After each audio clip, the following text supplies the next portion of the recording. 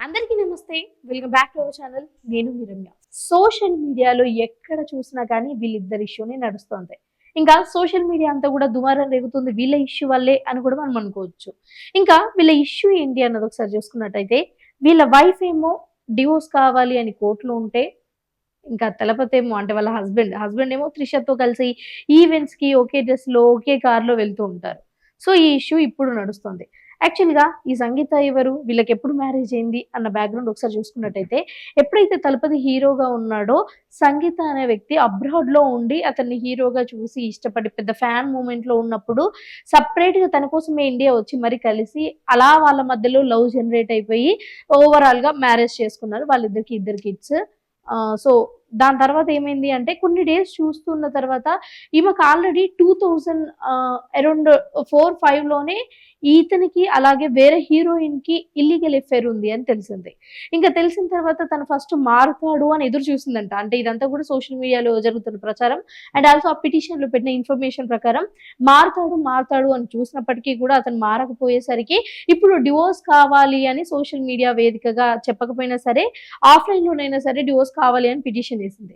అయితే ఈ divorce something పిటిషన్‌లో వీళ్ళిద్దరు కలిసి అబ్రాడ్ ఎళ్లారు, ట్రిప్స్ ఎళ్లారు. ఆ ఫోటోస్ ఆమె సోషల్ మీడియా వేదికగా చాలా ఓపెన్‌గా పెట్టింది. అలా పెట్టడం వల్ల నాకు అలాగే నా పిల్లలకి అది ఇబ్బందికరంగాను లేకపోతే మమ్మల్ని కించపరిచినట్టుగా నేను ఫీల్ అయ్యాను అని అయితే సంగీత చెప్పడం జరిగింది. మరి ఇదంతా జరిగిన తర్వాత కూడా అసలు ఇప్పుడే ఎందుకు బయటకొచ్చింది అన్న దాని గురించి మనం ఫస్ట్ ఆలోచించుకున్నట్టయితే, ఇంకా విజయ్ తలపతి ఇప్పుడు సోషల్ మీడియాలో అలాగే సినిమాస్‌లలో ఏ లెవెల్‌లో పాపులారిటీ సంపాదించాడో మనందరికీ తెలుసు. ఇంకా ఇవన్నీ పక్కన పెట్టి ముఖ్యంగా పాలిటిక్స్‌లో రానివ్వాలి, ఒక సీఎం కావాలి అని టీవీకే ఒక పార్టీ పెట్టారు. ఆ పార్టీ తర్వాత ఇప్పుడు మంచి ఎలక్షన్స్ టైమ్‌లో ఈ మూవ్‌మెంట్‌లో ఉండంగా ఏమైంది అంటే ఈ డివోర్స్ కావాలి అని అయితే పిటిషన్ పెట్టడం జరిగింది.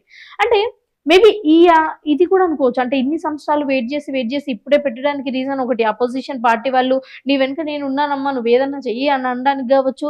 లేకపోతే పర్సనల్‌గా గర్జ్ పెట్టుకొని ఈ టైంలో డివోర్స్ అడిగితేనే అతని రాజకీయ పరంగా జీవితం ఏమన్నా ఉంటే నాశనం అవ్వడానికి ఛాన్సెస్ ఉంటాయి అని కూడా అనుకోవచ్చు. అంటే ఇద్దరి పర్స్‌పెక్టివ్‌లో ఆలోచించాలి అంటే మేబీ ఇంక నా లైఫ్ నాశనం అయిపోయింది. ఇప్పటికైనా నా లైఫ్‌ని నేను డివోర్స్ తీసుకొని నా లైఫ్ నేను బ్రతుకుతా అని కూడా అనుకోవచ్చు. రీజన్ ఏదేమైనప్పటికీ కూడా ఈ ఎలక్షన్స్ టైమ్‌లో మంచి మూవ్‌మెంట్ టైమ్‌లో అండ్ రాజకీయాల్లోకొచ్చి ఒక మంచి క్రేజ్ సంపాదించుకొని ఒక పార్టీ స్థాపించిన తర్వాత ఇలాంటి ఒక నింద తలపతి మీద పడ్డం అయితే కొంచెం బాధాకరమైన విషయమే. ఏదేమైనప్పటికీ అది వాళ్ళ సొంత జీవితాలలో వాళ్ళు చేసుకున్న రిమార్క్స్. సో మొత్తానికైతే చూసుకున్నట్టయితే ఈ డివోర్స్ కావాలి అని పిటిషన్ వేసిన ఒక వారం రోజులు తిరగక ముందే ఇటికెళ్ళి టీవీకే పార్టీ తరపున ప్రజలైనా గావచ్చు, సెపరేట్‌గా పర్సనల్‌గా వాళ్ళ ఫ్యాన్స్ అయినా గావచ్చు, వీళ్ళందరూ కూడా ఈ రూమర్‌ని అంటే ఎవరైతే ఇప్పుడు ఆ అమ్మాయి అనేది ఎవరైతే ఉన్నారో వాళ్ళెవరో గాదు. సో ఈ హీరోయినే త్రిషతోనే ఇల్లీగల్ ఎఫైర్ పెట్టుకున్నాడు అని అంటే నోటీస్‌లో అయితే క్లియర్‌గా త్రిష అని చెప్పకపోయినా సరే, ఒక హీరోయిన్ అని చెప్పినా సరే మోస్ట్‌లీ ఆడియన్స్ అందరికీ తెలుసు. ఎందుకంటే త్రిష ఎప్పటినుంచో గూడా వీళ్ళిద్దరు ఫోటోస్ పెట్టడాలు, ది బెస్టెస్ట్ హ్యాపీ బర్త్‌డే అని గాని, లేకపోతే 2, 3 చాలా టైమ్స్ ఇలా మెన్షన్ జేయడాలు జరిగింది కాబట్టి, వాళ్ళ వైఫ్ సైలెంట్‌గా పేరు ఓపెన్ జేయకుండా ఉన్నా గాని ప్రజలు ఊరుకోరు కదా! సో, ప్రజలు బయట పెట్టేసారు త్రిషని. సో, ఈ ఇష్యూ అంతా జరుగుతున్న ఒక వారం రోజులు గూడా గడవక ముందే ఒక షోకి, ఒక ఈవెంట్‌కి వీళ్ళిద్దరూ ఒకటే కార్‌లో ఒకటే డ్రెస్ అంటే మ్యాచింగ్ డ్రెస్‌లేసుకొని రావడం, ఇప్పుడు సోషల్ మీడియాని కొంచెం భయానికి గురి చేస్తుంది. ఎందుకంటే ప్రజలంతా గూడా అది రూమర్స్ అని చెప్పే ప్రయత్నంలో వీళ్ళిద్దరూ ఇంకా ఓపెన్‌గా మేమిద్దరం కలిసే ఉంటాము. ఇంకా we are going to get married అన్నట్టుగా బయటికైతే పోర్ట్రే చేస్తున్నారు. మరి అసలు వాళ్ళేం చెప్పాలనుకుంటున్నారు అన్నదైతే ఓపెన్‌గా అర్థం కాని సిట్యుయేషన్. సో మొత్తానికైతే కొంచెం క్లియర్‌గా వాళ్ళిచ్చే ఆన్సర్ ఏంటి అంటే yes we are getting divorce and also తను కూడా విజయ్ తలపతి కూడా 250 క్రోర్స్ వాళ్ళకివ్వడానికి రెడీగా ఉన్నారు సంగీతకి. సో నాకు తెలిసి మేబీ అయితే మోస్ట్‌లీ డివోర్స్ అవ్వచ్చు, అవ్వకపోవచ్చు.